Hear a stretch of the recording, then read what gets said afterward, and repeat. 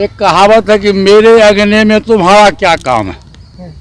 हाजीपुर हमारा है, हाजीपुर हमारा रहेगा। हम हाजीपुर के सांसद हैं, हाजीपुर से हम जीत के गए। स्वर्गीय हमारे बड़े भाई साहब ने हमको उत्तराधिकारी चुन के गए। आज वो नहीं जीवित नहीं है।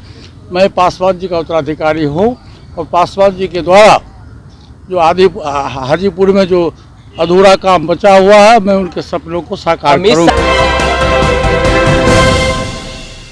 नमस्कार, आप देख रहे हैं सिटी पोस्ट लाइव और मैं हूं आपके साथ हर्षिता प्रताप सिंह।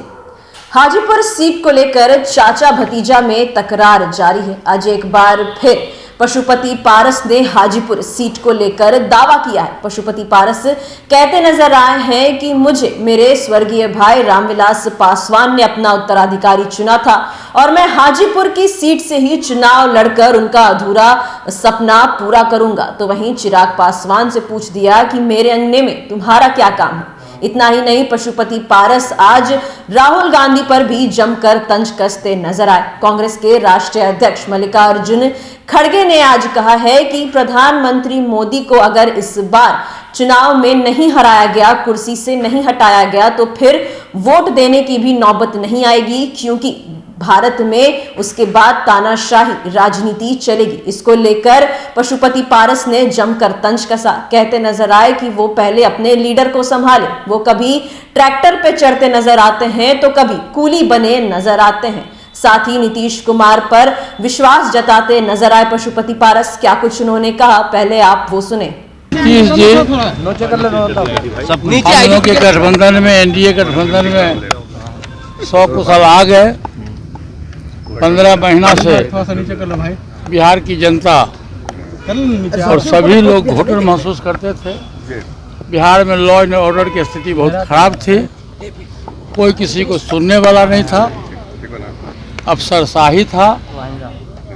लेकिन देर सही दुरुस्त हमारे माननीय मुख्यमंत्री जी पुनः अपने पुराने घर को लौट आए। ये काफ़ी खुशी हुई हम लोगों को। इसी जो नई सरकार बनी है, इसी के तहत हम लोग, हमारे साथ में सांसद प्रिंस राज जी है, हमारे साथ में सांसद चंदन सिंह जी हैं नवादा, हमारे साथ में विधान पार्षद भूषण राय जी हैं। हम चारों आदमी गए थे उनको बधाई देने के लिए, और कल जो शपथ ग्रहण हुआ है इसके लिए हम लोग चारों अपनी पार्टी की ओर से, अपनी ओर से जाकर उनको हार्दिक धन्यवाद और बधाई दी। नीतीश कुमार लगातार इधर उधर करते रहते हैं, अब भरोसा है कि एक बार फिर से अब नहीं कहीं जाएंगे।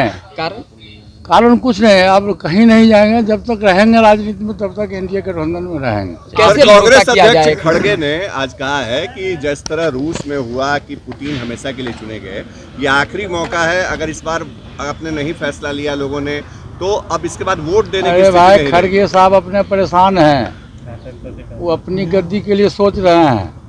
विपक्ष का क्या काम है? विपक्ष का काम है विरोध करना। तो कांग्रेस अभी विरोधी दल में है, और जो उनका लीडर है वो अपने लीडर को तो झांक के देखे हैं कि कभी वो ट्रैक्टर पर चढ़ते हैं, कभी बैलगाड़ी पर चढ़ते हैं, कभी कुल्ली का काम करते हैं।